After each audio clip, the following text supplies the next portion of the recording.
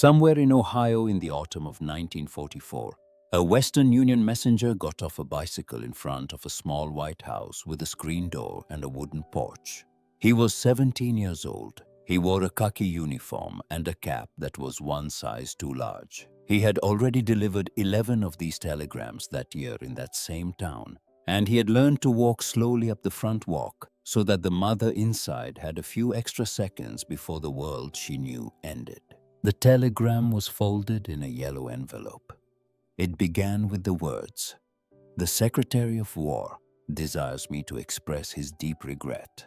The son whose name was on that telegram had served in the 3rd United States Army in France. He was 22 years old.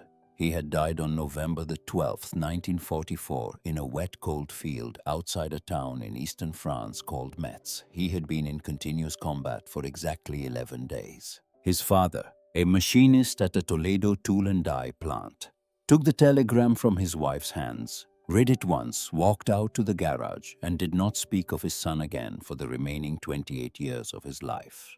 He kept the telegram in a cigar box on the top shelf of his workbench. His grandchildren, some of them watching this video tonight, found it after his funeral in 1972. That machinist was one of nearly 300,000 American families who received a telegram like that between 1941 and 1945. If you are watching this and you are the son or the grandson of one of those men, you already know what this video is about. It is about the 5 American generals who signed the orders that filled those cigar boxes. Over 1,100 American generals served in the Second World War. Most of them are forgotten. Most of them should be. They served in logistics and training in headquarters staff positions from Washington to Cairo. They were competent professionals, and they never fired a rifle in anger. But 5 of them commanded the operations that produced numbers so devastating that enemy field marshals wrote in their diaries about the specific American officers they feared. Japanese admirals rewrote their defensive doctrines because of what these Americans had done to their armies. And hundreds of thousands of American families received telegrams because their sons had followed those 5 men into combat.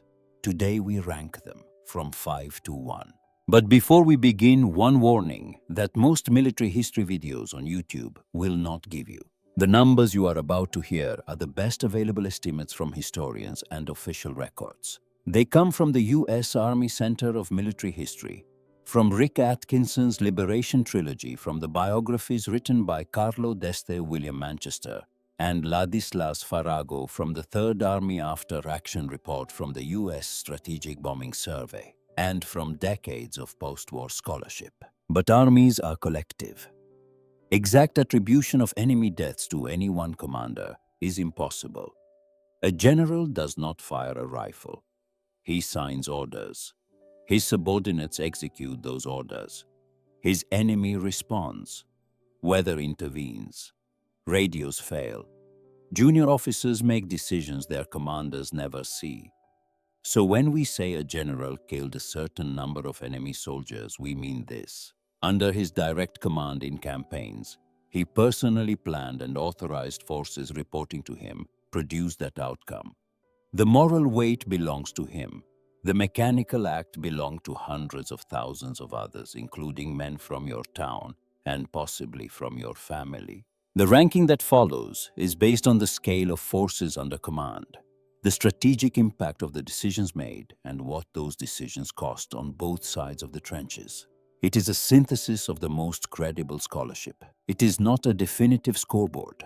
Any historian who tells you they can attribute enemy deaths to the last 1,000 is selling you a story, not a fact.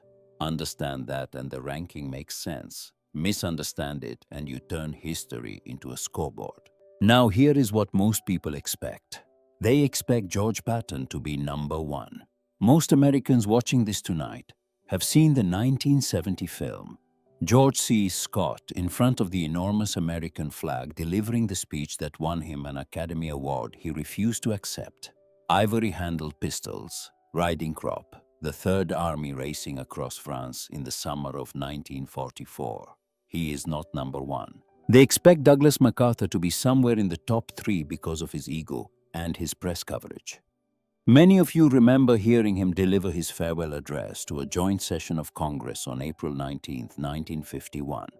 You may have been in high school. You may have been in a diner in Kansas or a barbershop in Alabama when the words "old soldiers never die, they just fade away" came out of a radio speaker. You remember where you were standing. He is number one, but not for the reason you think. They expect Omar Bradley, the quiet man in the steel-rimmed glasses, to be forgotten. The soft-spoken Missouri schoolteacher's son. Under his command, the largest field force in American history killed or captured more Germans than any other American commander. And almost no one in America today can tell you what he looked like. They have never heard of the man ranked number 5, even though the Germans who fought him gave him a name that survived the war. Ghost Army. Because his forces appeared where they were mathematically unlikely to be, and by the time German defensive lines reoriented, he was already 20 miles behind them. They have heard of the man ranked number 4, but only because of a photograph.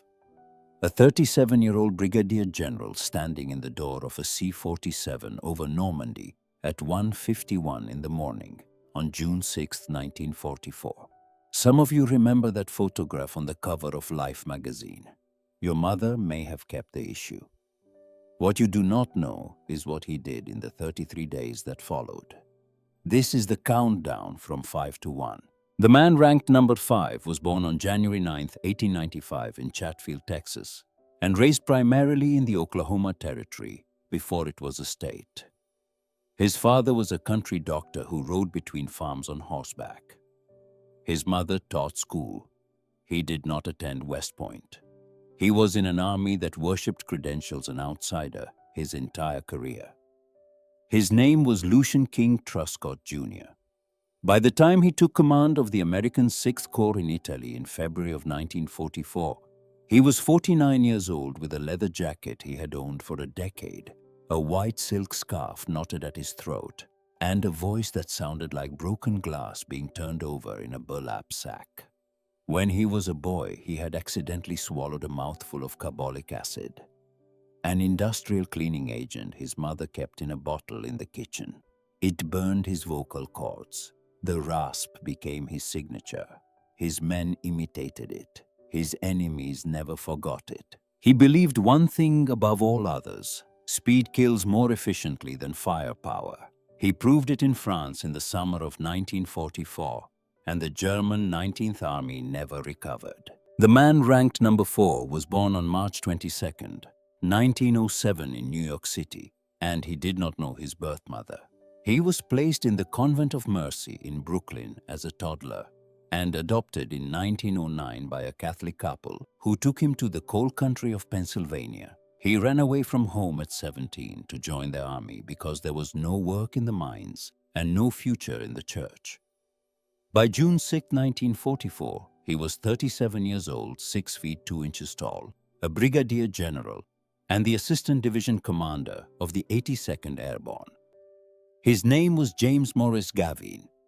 He carried an M1 Garand rifle instead of the officer's pistol because he refused to ask his paratroopers to do anything he would not do himself. He jumped 4 times in combat. No American general before or since has matched that record. The man ranked number 3 was born on February 12, 1893 in Clark, Missouri. The only son of a country school teacher who died when he was 14. He put himself through West Point. He wore round wire-rimmed glasses that made him look like a bookkeeper. He spoke softly. He rarely swore. His name was Omar Nelson Bradley. By the spring of 1945, he commanded the 12th United States Army Group, 1.3 million men. It was the largest field command any American general has ever held. Most Americans today cannot pick his photograph out of a lineup. The man ranked number 2 was born on November 11, 1885 in San Gabriel, California. The son of a wealthy attorney descended from Confederate cavalry officers. He believed without irony that he had lived previous lives as a Roman legionnaire, a Napoleonic marshal, and a knight in the 100 Years' War. He suffered from severe dyslexia and struggled to read basic reports his entire life, which he compensated for with an encyclopedic memory for military history. He carried 2 revolvers, one Colt single action army with ivory grips, one Smith & Wesson .357 Magnum with mother-of-pearl grips. He famously corrected any reporter who called them pearl. Only pimps from New Orleans, he said, carry pearl-handled pistols. His name was George Smith Patton, Jr. According to the 3rd Army After-Action Report, the operational history his own staff compiled at the end of the war, his forces inflicted approximately 47,500 German dead wounded, over 115,000 more, and captured well over 1 million. His army suffered heavier casualties than any other American army in Europe outside of the First Army under Courtney Hodges, though the exact rankings depend on how historians count wounded missing and non-battle casualties. He is not number 1 because his methods cost more American lives per mile of ground taken than any other senior American commander of the war. And the man ranked number 1 was born on January 26, 1880, in Little Rock, Arkansas, the son of a Union cavalry officer who had won the Medal of Honor at the Battle of Missionary Ridge in the American Civil War. He graduated first in his class at West Point in 1903. He wore aviator sunglasses years before they became fashionable. He smoked a corncob pipe that he had specifically commissioned from a Missouri manufacturer. His name was Douglas MacArthur. He was 61 when the war began and 65 when it ended. Under his Southwest Pacific Area Command, forces killed an estimated 300 to 400,000 Japanese soldiers in direct combat. And the island-hopping strategy he helped execute alongside Chester Nimitz and George Kenney led to the additional deaths of somewhere between 140,000 and 300,000 Japanese soldiers on bypassed islands, most of them from starvation and disease. Historians disagree on that final number. The range in the scholarly literature is wide. We will come back to why. He is number 1 because of what he did and because of what he refused to do. Before we begin the countdown, one final thing you need to understand. The number for bypassed islands is contested precisely because most of the men in question died without American witnesses present. Their bodies were counted only after 1945, when American occupation teams reached islands that had been isolated for 2 or 3 years. Some Japanese garrisons destroyed their own records before surrendering. Some kept nothing. The dead were not always counted. The moral weight of that number, whatever the exact figure is, what makes Douglas MacArthur number 1 on this list. Whether that moral weight is a victory or a war crime is a question historians have argued about for 80 years. You will have to decide for yourself. Now let us begin. Anzio beachhead, Italy, February 22, 1944. The command tent smelled of wet canvas and cold coffee. Outside, German artillery had been falling on the beachhead for 31 days, and the American 6th Corps had advanced exactly 7 miles inland since landing. 7 miles in 31 days. Lieutenant General John Porter Lucas was informed of his relief that afternoon. He was 54 years old. He had commanded the 6th Corps during the initial landings on January 22nd, and General Sir Harold Alexander, the British theatre commander, had lost patience with what he called Lucas's excessive caution. Lucas would return to the United States and command a training army in Fort Sam Houston, Texas. His war was over. The man who replaced him took formal command the following day. He was 49 years old, wearing a leather aviator's jacket that he had owned since 1932, a white silk scarf knotted at his throat, and cavalry boots that had been polished so many times the leather had worn through in places. He carried a riding crop, even though he had not been on a horse in 3 years. When he spoke, his voice sounded like gravel being dragged across a chalkboard. "Gentlemen," he said, "we are going to move." That was Lucian King Truscott, Jr. He had grown up in what was then Oklahoma Territory, on the frontier of what would become the state of Oklahoma in 1907. He had been a schoolteacher at 17 because there was no money for college. He had joined the cavalry in 1917, missed the First World War by weeks, and spent the next 20 years in dusty garrison posts learning something the army did not yet understand. Speed is a weapon. Not speed in the abstract. Speed as arithmetic. Speed as the difference between where your enemy expects you to be and where you actually are. He had developed something during those long garrison years that would soon carry his name across 2 continents. He called it a forced march tempo. His men called it the Truscott trot. The doctrine was simple. In the first hour of a march, infantry moved at 5 miles per hour. In the second hour, they slowed to 4. By the third hour, 3.5. Then they held that pace hour after hour until they reached the objective, or the sun went down, or they collapsed. The standard United States Army march pace in 1944 was 2.5 miles per hour. Truscott's men moved at nearly twice that. It does not sound like much. 2.5 miles per hour versus 5. Until you understand what it meant on a map. A German division commander in France in August of 1944 planned his defensive positions based on how fast American infantry could reasonably move. He calculated the arrival time of the enemy based on doctrine he had read in intelligence reports. He positioned his anti-tank guns, registered his artillery, dug in his infantry, and waited. Truscott's men arrived 24 hours before he expected them. The guns were not yet in place. The lines had not been prepared. The reserves had not moved into position. And by the time the German commander understood what had happened, Truscott was already 20 miles behind him, cutting the roads his supply trucks needed to survive. One of those infantrymen walking at the Truscott trot in the summer of 1944 was a Texas farm boy named Odie Leon Murphy. He was 19 years old. He was 5 feet 5 inches tall. He weighed 130 pounds soaking wet. He had lied about his age to enlist. He served as a rifleman in the 3rd Infantry Division, which was one of the divisions under Truscott's 6th Corps in Italy and southern France. He would go on in the 12 months that followed to become one of the most decorated American soldiers of the Second World War. Medal of Honor, Distinguished Service Cross, 2 Silver Stars, 3 Purple Hearts.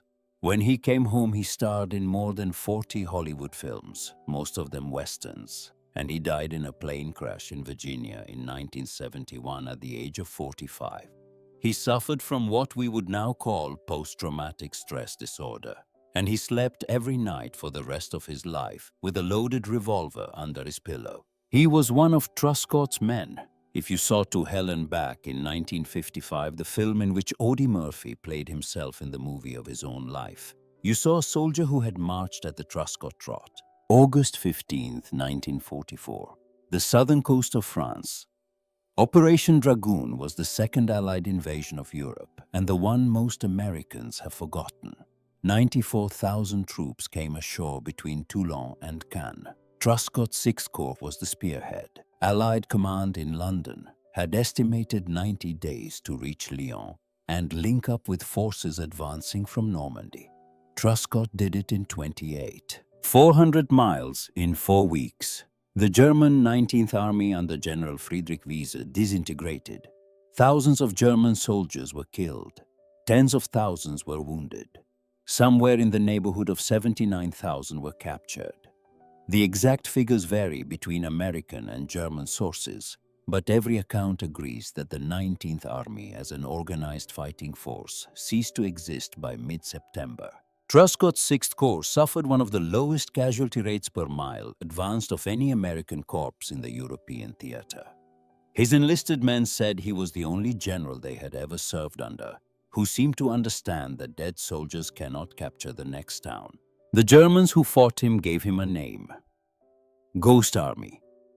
In their radio intercepts, later translated by American intelligence, they described his forces the way sailors describe fog. You knew they were somewhere, you could not tell where. By the time you found out, it was too late. One captured German colonel told his American interrogators in a transcript now held at the National Archives in College Park, Maryland, that when Truscott was identified in your sector, you had 2 choices: retreat immediately or lose your entire command. You would think a man who accomplished this would be remembered. He is not. Here is the twist that history has quietly buried. Truscott never received a 4th star during the war. While Patton, Bradley, Eisenhower, and MacArthur were being celebrated on the covers of Life magazine, Lucian Truscott was passed over. He remained a three-star general. He had no West Point ring to open doors. He had no political patron in Washington. He had commanded a corps and then the Fifth Army in Italy, and he had produced results as strong as any American commander in the theater. And none of it mattered in the promotion boards that met after the war.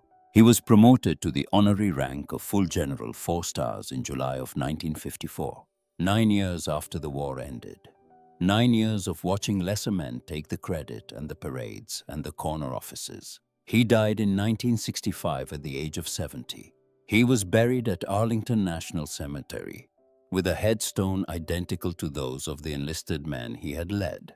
He wrote one book, a quiet memoir called Command Missions. It sold poorly and went out of print within a decade. The Germans never forgot him.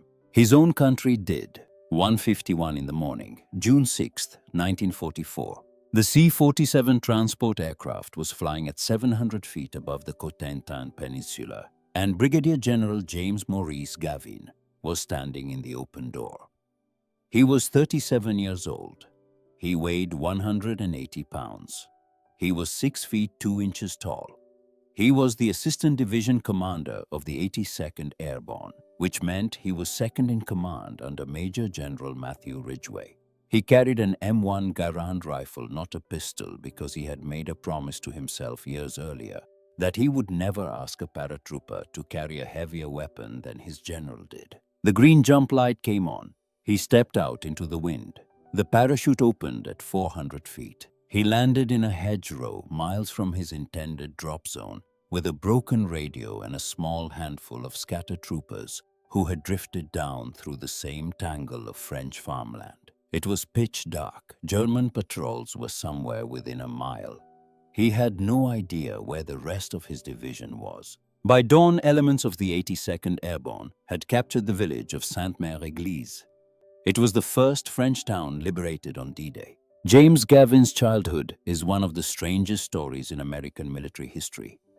He was born in New York City in 1907 to an unmarried Irish woman whose full name he never learned. He was placed in the Convent of Mercy in Brooklyn as a toddler. At the age of 2, he was adopted by Martin and Mary Gavin, a coal miner, and his wife who lived in Mount Carmel, Pennsylvania. The adoption was not a happy one. Martin Gavin was an alcoholic. Mary Gavin was a devout Catholic who never quite accepted the boy as her own. James delivered newspapers at 8, worked in a barbershop at 10, managed a shoe store at 12, and read every book in the Mount Carmel Public Library by the time he was 15. At 17, he ran away from home. He walked to the recruiting station in New York City, lied about his age, and enlisted in the United States Army as a private.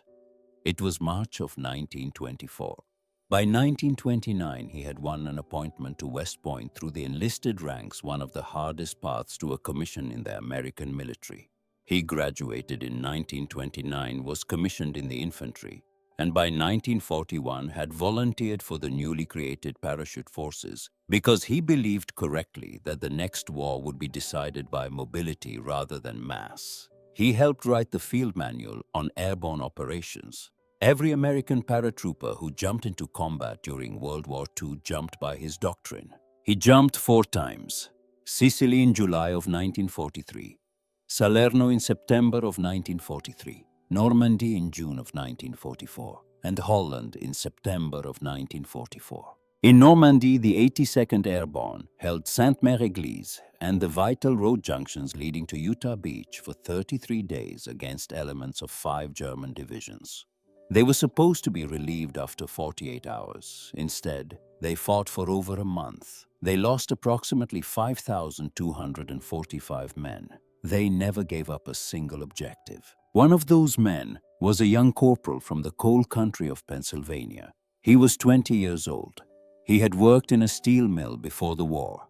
He was shot through the chest in the fighting around the crossroads at La Fière in early June of 1944, days after his division had jumped in.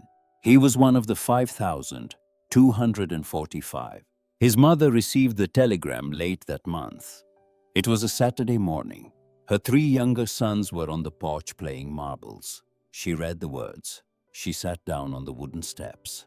She did not cry. She simply held the paper in her lap for a very long time. Her middle son, who was 9 years old that day, remembered for the rest of his life the sound of the screen door closing behind her when she finally went back inside. That was one of Gavin's men. There were thousands of others. If you knew a family in the coal towns of Pennsylvania in the summer of 1944, you knew this story. By September of 1944, Gavin was a major general at the age of 37, the youngest division commander in the United States Army. He led the 82nd Airborne into Operation Market Garden. His orders were to capture the bridges over the Waal River at Nijmegen in the Netherlands. He captured them.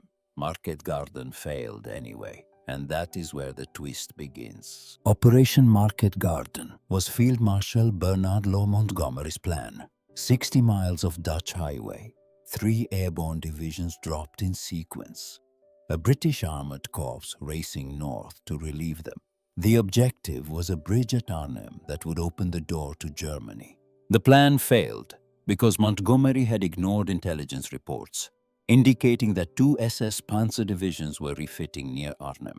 The British 1st Airborne Division was destroyed.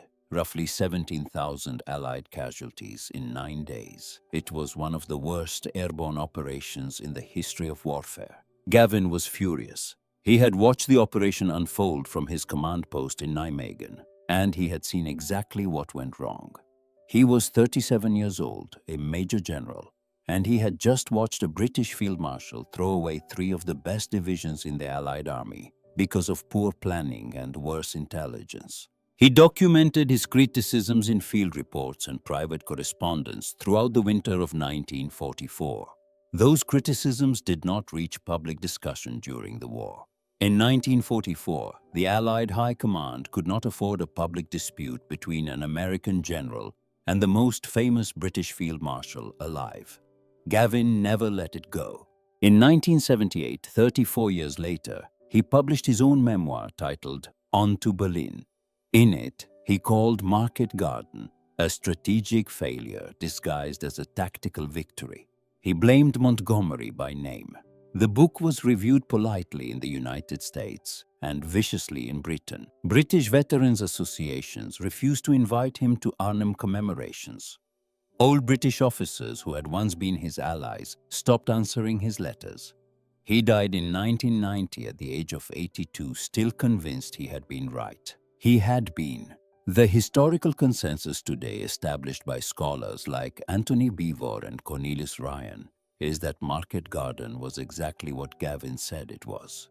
But he paid for saying it out loud. He paid for it for saying it out loud. He paid for it with the last 30 years of his career and the last 40 years of his reputation in the country that had once been his closest ally. That is the cost of telling the truth to power, even when the truth is verified by history. July 25th, 1944. 9:40 in the morning. Normandy, France. The bombers came from the west, approximately 1,500 B-17 and B-24 from the 8th Air Force, roughly 380 B-26 Marauders from the 9th. They flew in tight formations at 8,000 feet, and behind them, 4,000 tons of high-explosive bombs were about to fall on a strip of French farmland 5 miles wide and less than 2 miles deep. It was called Operation Cobra. It was Omar Bradley's operation. He had planned it for 3 weeks. He had walked the ground with his corps commanders. He had studied the aerial photographs until he could draw the German defensive positions from memory. He had chosen the bomb line himself, 1,200 yards north of the Perrier-Saint-Lô road, and he had ordered his own troops pulled back to that line to avoid casualties. The bombs fell. Hundreds of them fell short. They fell on American positions. Lieutenant General Leslie James McNair, the senior American general in Normandy that day, was in a foxhole with the 30th Infantry Division. He had come forward to observe the bombardment. A bomb landed within 20 feet of his position. His body was identified only by the 3 stars on his collar and a West Point ring on his left hand. 111 other American soldiers died with him on that single morning. The previous day's aborted bombardment had already killed approximately 25 more. Leslie McNair was the highest-ranking American general killed in the European theater during the entire war. Bradley wrote to McNair's widow, Claire Huster McNair, in the days that followed.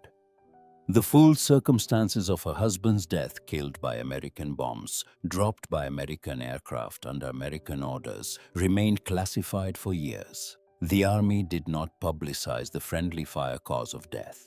She learned the details only slowly from other officers over time. Bradley kept a copy of that correspondence in his personal files for the rest of his life. And here is what Bradley did the next day. He ordered the bombing to continue. Omar Nelson Bradley was born on February 12, 1893, in a two-room farmhouse near Clark, Missouri. His father, John Smith Bradley, was a country school teacher who earned $40 a month. His mother, Sarah, took in sewing to supplement the family income. John Bradley died of pneumonia when Omar was 14 years old, leaving the boy and his mother with almost nothing. He worked for the Wabash Railroad for a time to save money for college. When the money proved insufficient, a family friend suggested West Point, which was free. He took the entrance examination. He passed. He arrived at the United States Military Academy in the summer of 1911, the same class as Dwight David Eisenhower. They became friends. Bradley graduated in the middle of his class. He wore round wire-rimmed glasses that made him look like an accountant. He spoke with a soft Midwestern accent. He did not drink to excess. He rarely swore.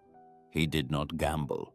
He was, by every account of every officer who ever served under him, the least dramatic senior American general of the entire Second World War. Ernie Pyle, the war correspondent, spent time with Bradley in Tunisia in the spring of 1943. Pyle was the most beloved reporter of the war, the man who wrote about ordinary infantrymen, the way other reporters wrote about generals. He watched Bradley eat the same rations as his enlisted men, sleep in the same tents, refuse the same luxuries. He wrote a column that changed how America saw its senior officers. He called Bradley the GI's general. The name stuck. It followed Bradley to his grave, and it appears today on his headstone at Arlington National Cemetery. By the spring of 1945, Bradley commanded the 12th United States Army Group, 4 field armies, 1.3 million American soldiers. It was the largest single command any American general has ever held in the history of the Republic. Under his direction, those forces killed or captured well over 1 million German troops in 11 months of combat. Of that total, several 100,000 were killed in direct combat. The remainder surrendered mostly in the final weeks of the war, when it became clear that further resistance was pointless. The exact number of killed remains debated by historians because German records for the final months of the war are incomplete, and because casualty accounting across an entire army group over almost a year of continuous combat is inherently imprecise. What is not debated is that the total scale of enemy losses inflicted by Bradley's command exceeded that of any other American Army Group commander in the war. His masterpiece was Operation Cobra. Within 72 hours of that opening bombardment, the German defensive line in Normandy had collapsed. Within a week, the entire German front west of Paris had disintegrated. German Field Marshal Günther von Kluge, who commanded Army Group B, was recalled to Berlin on August 17, 1944. He did not make the trip. On August 19th, he took cyanide in a staff car near Metz rather than face Hitler, with the news that Western France was lost. The Ruhr Pocket 6 months later was Bradley's other great achievement. In April of 1945, his 12th Army Group encircled the entire industrial heartland of Germany. Between 317,000 and 325,000 German soldiers surrendered in a single operation. Historians differ on the exact figure. Every source agrees it was the largest single surrender in the history of the German army, larger than Stalingrad, larger than Tunis. It happened because Bradley did not attack. He surrounded, he waited. He let the arithmetic do the work. Now the twist. The GI's general was not the humble figure that Ernie Pyle painted.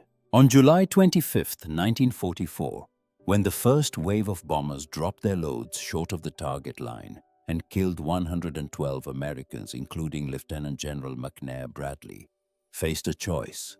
He could halt the bombardment. He could reassess the tactic. He could accept that ground-to-air coordination was too primitive to safely conduct precision bombing this close to friendly troops. He continued. The second wave went in the next morning. More Americans died from short bombing on July 26th, and still Cobra went forward. Bradley later wrote in his 1951 memoir, A Soldier's Story, that it was the hardest decision he ever made. He acknowledged the friendly fire deaths. He did not in that book or in his later 1983 memoir, A General's Life, offer a full public accounting to the families of the men who died from American bombs. He believed the operation had to succeed. He believed the casualties were the cost of that success. And he calculated coldly and correctly that a German victory in Normandy would cost far more American lives than the friendly fire deaths of Operation Cobra. He may have been right, but the man Ernie Pyle described, the humble soldier from Missouri who cared for every enlisted man under his command, would not have made that trade lightly. The Omar Bradley who commanded the 12th Army Group was a different man. He was a professional. He was ruthless when he needed to be. He signed the orders that killed hundreds of thousands of Germans, and along the way killed a number of Americans by his own aircraft. And he lived with those decisions until his death in 1981. The GI's general kept most of his secrets. August 3, 1943, Nicosia, Sicily. The 15th Evacuation Hospital was a canvas complex on a hillside overlooking the coastal road. Lieutenant General George Smith Patton, Jr., commander of the 7th United States Army, walked in unannounced. He was 57 years old. He wore his tanker's helmet with the 3 stars on the front. He wore his cavalry breeches and his high boots. He carried a riding crop under one arm, and on his hip the Colt single-action Army revolver, with the ivory grips that would follow him into legend. He walked through the wards. He shook hands with the wounded. He congratulated men with obvious injuries. And then he stopped at a cot where a private was sitting on the edge of the mattress staring at the floor. The private's name was Charles Herman Kuhl. He was 26 years old. He was from Mishawaka, Indiana. He had been diagnosed with combat exhaustion. Patton asked him what was wrong. Kuhl said, "I guess I can't take it, sir." Patton slapped him across the face with his gloves. He called him a coward. He ordered him out of the tent. He said men were dying at the front while cowards like Kuhl hid in hospitals. 7 days later, on August 10th at the 93rd Evacuation Hospital, Patton did it again. This time the soldier was Private Paul G. Bennett, 21 years old, from Chatham, Virginia. He had been in continuous combat for months. He was crying when Patton walked in. Patton drew the pistol on his hip and threatened to shoot him.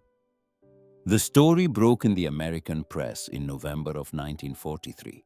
General Dwight David Eisenhower, Patton's superior and West Point classmate of 30 years, considered relieving him of command. He did not, but he took Patton's command away for nearly a year. Patton spent those months in England playing a role in a deception operation called Fortitude South, pretending to command an army group that did not exist in order to convince German intelligence that the D-Day invasion would land at Calais rather than Normandy. The deception worked. Patton did not command troops in combat during the entire Normandy invasion. He did not resume command until August 1st, 1944, when the Third Army was activated in France. For the next 9 months, George Patton became the American general the German army feared most. The Third Army raced across France in August and September of 1944. Roughly 60,000 square miles of territory liberated. Every German unit in Patton's path either destroyed or driven back in disarray. He ended the summer within 100 miles of the German border. Then came Lorraine, and this is the campaign that history has quietly buried. From September through December of 1944, The Third Army fought its way through the German-held province of Lorraine in eastern France. The objective was to break through the German defensive line and cross the Saar River into Germany itself. Patton believed, as he always did, that speed and aggression would carry the day. They did not. The Germans had established defensive positions built on the old French fortifications, particularly around the city of Metz. Metz was a fortress town ringed by a series of steel and concrete forts built in the 1870s and modernized in the 1930s. The largest Fort Driant had walls more than 20 feet thick. Patton attacked Metz in September of 1944. The Third Army did not capture Metz until December 13, 1944, 3 months for a single fortress town. The Lorraine campaign cost the Third Army over 55,000 American combat casualties. It advanced the front line approximately 40 miles. The ratio of American to German casualties was not the 9-to-1 that Patton's legend later claimed. It was closer to 1.7-to-1. In some engagements, it favored the Germans. It was the worst American campaign of the European War on a per-mile basis, and popular history has almost forgotten it. The 1970 film starring George C. Scott, the one many of you watched in a theater when it came out, does not dwell on Lorraine. The public image of George Patton, the aggressive genius who never lost a battle, was built by omitting 3 months of grinding failure in eastern France, where his aggressive tactics produced casualty rates comparable to the First World War. The machinist in Toledo, whose son we opened this video with, the boy who died outside Metz on November 12, 1944, died during that campaign. He was one of the 55,000. He was one of the reasons Patton is number 2 and not number 1 on this list. By the end of the war, according to the Third Army after-action report compiled by his own staff, Patton's forces had inflicted approximately 47,500 German dead-wounded, over 115,000 more, and captured well over 1 million. Third Army combat casualties across 9 months came to over 100,000, with somewhere between 10 and 16,000 killed in action, depending on which records you consult. But there is another side to George Patton that is worth remembering. On April 12, 1945, Patton walked into the Ohrdruf concentration camp in Thuringia, Germany. It was the first Nazi camp liberated by American forces. He walked through the courtyard where the bodies of murdered prisoners lay stacked like cordwood. He walked into the barracks where the survivors were too weak to stand. He walked out to a gravel pile behind the main building, where the SS guards had recently attempted to burn evidence of what they had done. Then Patton walked away from Generals Eisenhower and Bradley, who had come with him, and vomited behind a barn. He wrote in his diary that night that it was one of the most horrible things he had ever seen. The next day he ordered the mayor and the citizens of the nearby town of Ohrdruf to walk through the camp and see what had been done in their name. The mayor and his wife went home after the tour and hanged themselves that evening. That was George Patton too, the man who slapped Private Cool, the man who took heavy losses in Lorraine, and the man who on a warm April afternoon in 1945 could not keep down his lunch when he saw what fascism had actually built. He was not one thing. None of these 5 men were. At the end of December 1945, George Patton was riding in the back seat of a Cadillac staff car on a road outside Mannheim, Germany, when a 2.5-ton truck turned into their path. The Cadillac struck the truck at low speed. Everyone in the vehicle survived the impact except Patton, whose neck was broken. He was paralyzed from the neck down. He lingered for 12 days at the 131st Station Hospital in Heidelberg. He died on December 21, 1945, at the age of 60. His wife Beatrice was at his bedside. He died quietly in his sleep. He is buried at the Luxembourg American Cemetery, in a plot at the head of 5,076 of his soldiers. His grave is marked with a white marble cross exactly like theirs. The only difference is that his is the first one visitors see when they walk through the gate. The other 5,076 are behind him, in rows in the ground he ordered them into. Which brings us to number 1. Corregidor Island, the Philippines. March 11, 1942, 9 o'clock at night.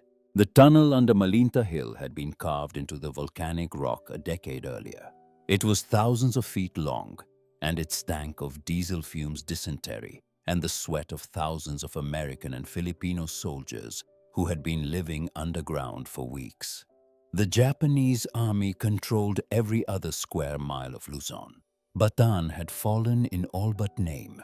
Manila had been declared an open city on Christmas Eve. The Philippines was lost. General Douglas MacArthur walked to the North Dock alone.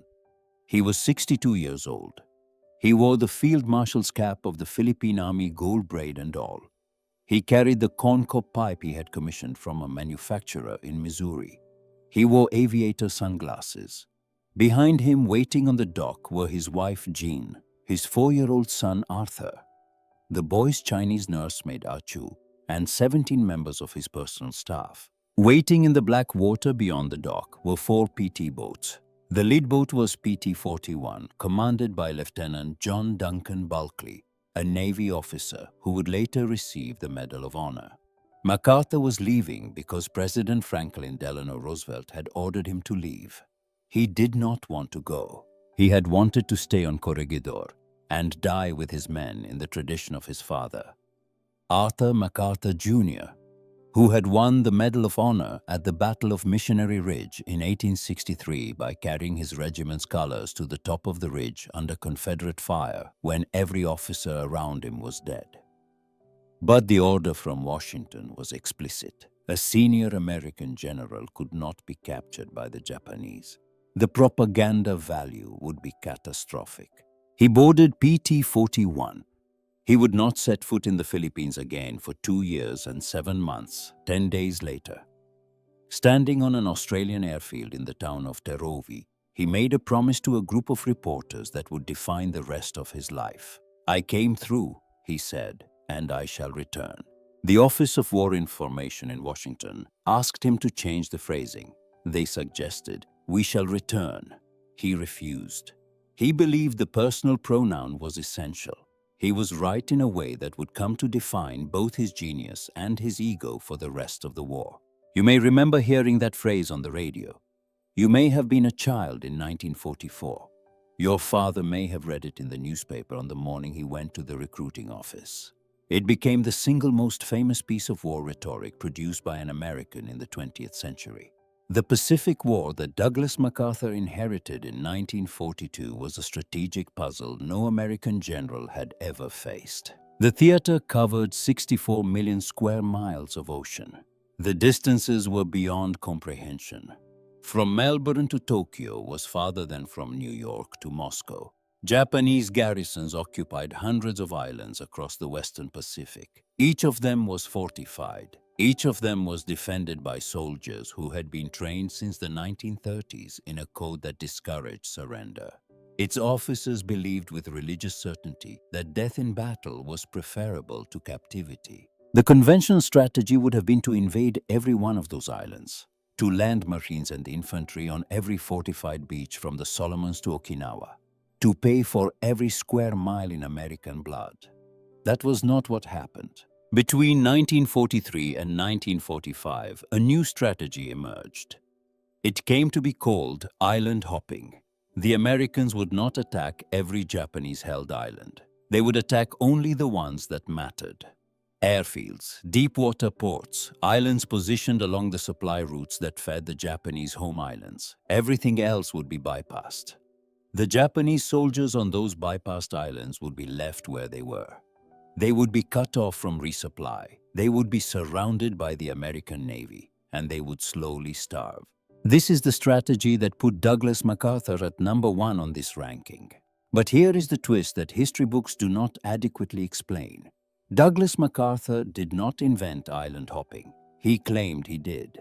In his memoirs published in 1964 under the title Reminiscences, MacArthur presented the strategy as his own creation developed in his Southwest Pacific Area headquarters and adopted reluctantly and belatedly by the rest of the American war effort. This account is not fully accurate. The strategy emerged from multiple sources in parallel. Admiral Chester Nimitz, commanding the Pacific Ocean areas, developed his own version of island hopping in the Central Pacific, starting with the invasion of Tarawa in November of 1943. It was refined at Kwajalein in February of 1944, where American forces bypassed the heavily defended Japanese garrison at Wotje and captured the operationally more important atoll with far fewer casualties. Within MacArthur's own headquarters, the credit belongs at least equally to his air commander, Lieutenant General George Kenney, and his Chief of Staff, Lieutenant General Richard Sutherland. Kenney was the one who demonstrated at Rabaul in New Britain that American air power could neutralize a major Japanese base without an amphibious invasion. In late 1943 and early 1944, Kenney's 5th Air Force so thoroughly destroyed Japanese aircraft and shipping at Rabaul that the base became strategically useless. Roughly 100,000 Japanese soldiers were left there for the remainder of the war, unable to affect operations more than 50 miles away. MacArthur initially opposed bypassing Rabaul. He wanted to take it by direct assault. He was overruled by the Joint Chiefs of Staff in Washington, who accepted Kenney's argument and Nimitz's parallel demonstrations in the Central Pacific. Only after the strategy was proven did MacArthur embrace it, and only after the war did he claim credit for it. None of this diminishes what MacArthur actually accomplished. He commanded the Southwest Pacific area with a scale and coordination that was without precedent. His logistics network, moving 2 million troops across thousands of miles of ocean, was arguably the most sophisticated operation of the war on either side. His return to the Philippines in October of 1944 was one of the great campaigns of the 20th century. But he did not invent the strategy that put him at number one. He inherited it, he refined it, he executed it brilliantly, and then he rewrote the record so that history would remember him as its author. October 20th, 1944, Leyte Gulf, the eastern Philippines. The landing craft grounded on the beach at Palo shortly after noon. Douglas MacArthur, wearing khakis, his aviator sunglasses, and his corncob pipe, stepped off the ramp into knee-deep water. Behind him were Philippine President Sergio Osmeña, General Carlos Romulo, and a small entourage of staff officers. In front of them, cameramen from the Army Signal Corps waited on the sand. MacArthur walked to a handheld microphone. "People of the Philippines," he said, "I have returned." The photograph of that moment became one of the most famous images of the Pacific War. It appeared on the cover of Life magazine. Some of your mothers cut it out and kept it in a scrapbook. It was reprinted in every American newspaper. It was distributed as a propaganda leaflet across occupied Asia. What almost no one knew until decades later was that MacArthur had the photograph retaken. The first shot did not satisfy him. He climbed back into the landing craft. He waded ashore again so that the cameramen could get a better angle. Some accounts suggest additional takes were also staged. General Romulo, in his 1946 memoir, I See the Philippines Rise, described the multiple takes with a mixture of amusement and resignation. MacArthur understood something the other 4 generals on this list never quite grasped. War is fought with weapons. History is written with images, and the man who controls the images controls the history. The Philippines campaign that followed was one of the deadliest of the Pacific War. The Battle of Manila from February 3rd to March 3rd, 1945, was one of the longest urban battles of the war. American forces of the 6th Army fought Japanese naval landing force units through the ruins of the oldest European city in Asia. Approximately 100,000 Filipino civilians died in the 4 weeks of fighting. The overwhelming majority of them were killed by Japanese forces under the command of Rear Admiral Iwabuchi Sanji in what came to be called the Manila Massacre. Japanese sailors ordered to hold the city to the last man systematically murdered civilians in hospitals, schools, and churches. A smaller number, though, still substantial, died from American artillery fire directed at Japanese positions embedded in civilian buildings. MacArthur had authorized the use of heavy artillery to reduce the fortified positions the Japanese held throughout the walled city of Intramuros. The decision saved American lives. It also killed Filipino civilians the American army had come to liberate. The full toll of MacArthur's Philippines campaign when the fighting ended in the summer of 1945 was catastrophic on all sides. Approximately 336,000 Japanese casualties, of whom about 267,000 were killed. 62,000 American casualties, of whom roughly 14,000 were killed. And the 100,000 Filipino civilians whose deaths sit uneasily in the ledger of the campaign, most attributable to Japanese atrocity, and a smaller portion to the American artillery that fired into their neighborhoods. But the number that puts MacArthur at number one is not the Philippines total. It is the bypassed islands. Rabaul, Bougainville, Truk, Vevak, Hansa Bay, Cavien, half a dozen atolls in the Bismarck archipelago. By August of 1945, the scholarly estimates of Japanese deaths on those bypassed islands range from about 140,000 to as high as 300,000. They had not died in combat. They had died of malnutrition, of tropical diseases, of infections from insect bites in a jungle without medicine. They had died because Douglas MacArthur and Chester Nimitz and George Kenney and the anonymous logisticians of the American Pacific effort had decided they were not worth attacking. They had died because they had been left there. Their families in Osaka and Nagoya and small farming villages across Honshu and Kyushu did not know they were dead. In many cases, the families received no notification until 1946, when American teams arrived on the bypassed islands to accept the surrender of the survivors. Most of the survivors were skeletal. Some had lost their memories. In the most isolated garrisons, there is documented evidence that a small number resorted to cannibalism during the last months. The post-war Japanese government suppressed these details. The American government did not publicize them. The bodies were counted quietly and often incompletely. They went into the ledger. And when you add them to the direct combat casualties, the total scale of the enemy losses associated with MacArthur's theater of command exceeds every other American commander on this list. He is number one because he understood, even before he was willing to admit it, that starvation applied at the scale of an ocean is more efficient than any weapon in the American arsenal. MacArthur's war did not end in 1945. He accepted Japan's surrender aboard the USS Missouri in Tokyo Bay on September 2, 1945.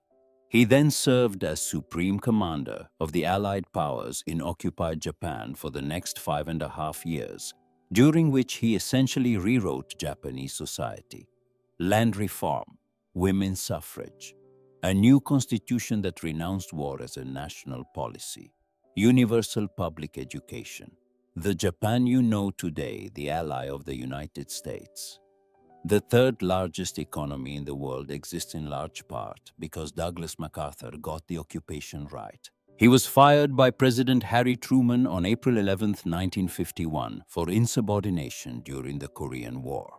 He came home to a ticker-tape parade in New York City that some historians consider one of the largest public gatherings in American history. Some of you remember watching it on television. Some of you were in the crowd. On April 19, 1951, he stood before a joint session of Congress and delivered a 34-minute address that ended with a phrase from an old barracks ballad. "Old soldiers never die," he said.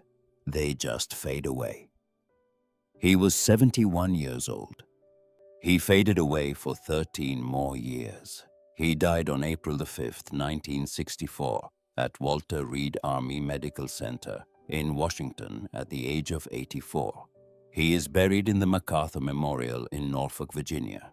Now, before we end, we have to talk about the numbers. Because the numbers you have been told for the past 80 years are almost certainly wrong. Popular history says that these 5 American generals killed 3.5 million enemy soldiers between 1941 and 1945.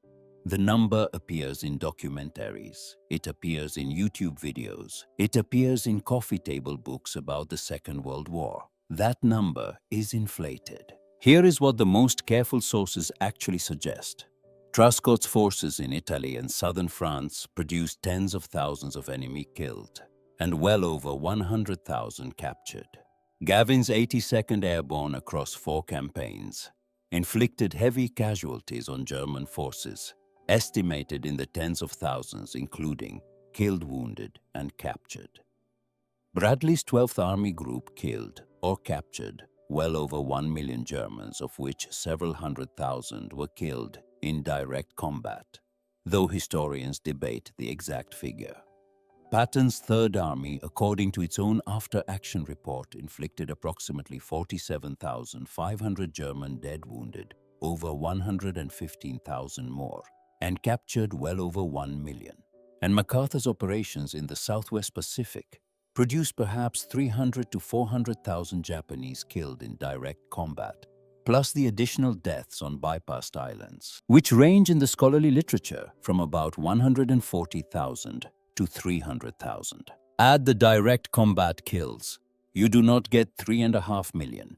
You get closer to 700,000 or 800,000 enemy soldiers killed in direct combat, plus the additional bypassed island deaths in the Pacific, plus over 2 million captured. The dead in battle total is likely half of what popular sources tell you. The legend is bigger than the fact. That is one of the first lessons of military history. Always check the numbers twice. Trust no single source. Understand that popular memory is not the same thing as historical truth. And when someone gives you a precise number for enemy dead across an entire war, they are almost always giving you an estimate dressed up as a fact. Here is one final twist that almost no American knows. Several of the men on this list expressed at various points doubt about the use of atomic weapons against Japan. Omar Bradley did not comment publicly at the time, but in his 1983 memoir, A General's Life, he wrote that he had believed the war was already effectively won by the summer of 1945. Lucian Truscott, in later oral histories, said that he had considered the bombings unnecessary and that the Japanese surrender would have come within weeks regardless. Douglas MacArthur most surprisingly expressed opposition to the bombings in the years that followed. He had not been consulted before the decision was made in Washington. In post-war conversations with former President Herbert Hoover and later with editor Norman Cousins, MacArthur stated that he believed the Japanese were on the verge of surrender and that a conditional peace could have been negotiated without the use of the weapon. None of them said so at the time. None of them said so loudly enough to change the decision. They lived with it. They wrote about it in memoirs and private letters. And they died, all 5 of them, before the American public ever fully grappled with what had been done at Hiroshima and Nagasaki in their names and in the names of the men they had commanded. That is one of the final lessons. Even the generals who fought the war did not always agree with the decisions made in its name. There are 3 cemeteries where you can visit the men on this list and the men they commanded. The Luxembourg American Cemetery on a hillside outside Luxembourg City holds the graves of over 5,000 American soldiers. Most of them died under George Patton's command during the Battle of the Bulge and the drive into Germany. Patton himself is buried at the head of their formation, his cross identical to theirs. He asked to be buried with his men. His wife Beatrice honored the request. The Manila American Cemetery in the Fort Bonifacio district of Metro Manila is the largest American military cemetery outside the United States. More than 17,000 American soldiers are buried there. They died in the Philippines campaign under Douglas MacArthur's command. Their names and the names of over 36,000 Americans whose remains were never recovered are carved into limestone walls that surround a central chapel. The Netherlands American Cemetery at Margraten in the southern Dutch province of Limburg holds over 8,000 Americans. Many of them died under James Gavin's command during Operation Market Garden and the fighting in the Rhineland. For decades after the war, Dutch families adopted the graves of American soldiers, and they still lay flowers on those graves today. Gavin himself attended Memorial Day ceremonies at Margraten whenever his health permitted, until his death in 1990. He walked the rows, he read the names, he believed he owed them the visit. 5 men signed the orders. Nearly 300,000 American servicemen did not come home from the war they fought in. Roughly 700,000 or 800,000 enemy soldiers, plus somewhere between 140,000 and 300,000 bypassed Japanese died on the far end of those orders. That is the arithmetic of this war as best as historians can estimate it. That is the arithmetic of these commanders. That is the arithmetic of the decisions that were made in headquarters tents from Naples to New Guinea in the years when the world was on fire and Americans were sent to put it out. They were not heroes in the way the movies portray them. They were not villains in the way the revisionist histories sometimes suggest. They were men, middle-aged men, some of them in their 40s, some in their 50s, one in his 60s. They had wives and children back home. They had bad backs and worse tempers. They made mistakes that killed thousands of their own soldiers. They also made decisions that ended the deadliest war in human history 6 months or a year earlier than it might otherwise have ended. The men they commanded did not have the luxury of arguing with them. The men they killed did not have the luxury of surrender in most cases. The families on both sides received telegrams or knocks at the door, or nothing at all if their sons had been left to starve on a bypassed island in the Pacific. That is not a story about victory. That is a story about cost. And the cost is still being tallied in the pension records and cemetery ledgers and family memories of the last surviving veterans of that war, who are now in their late 90s and early hundreds and who will not be with us much longer. If you are watching this video tonight and you knew one of them, or your father, or grandfather, or uncle served under one of these 5 commanders, take a moment before you turn off the screen, not to remember the generals, to remember the men, the privates and sergeants and lieutenants whose names are on those limestone walls in Manila and Margraten and Luxembourg. The ones who followed orders they did not always understand from officers they rarely saw in a war that was larger than any of them. The machinist in Toledo we open with, the young corporal from the coal country of Pennsylvania, Odie Murphy in his Texas farm boots, Private Cool in his hospital bed, every one of them was somebody's son. They deserve to be remembered, not for what Hollywood made of them, not for what politicians said about them, but for what they actually did, which was to walk into hell on the orders of 5 middle-aged men who signed pieces of paper in canvas tents, and to come out the other side, if they came out at all, forever changed. Which of these 5 men would you have followed? Tell us in the comments. And if this video meant something to you, if it reminded you of your father, your grandfather, your uncle, share it with someone in your family tonight. There are fewer and fewer of us left who remember. It is our job to remember for the ones who cannot. Thank you for watching.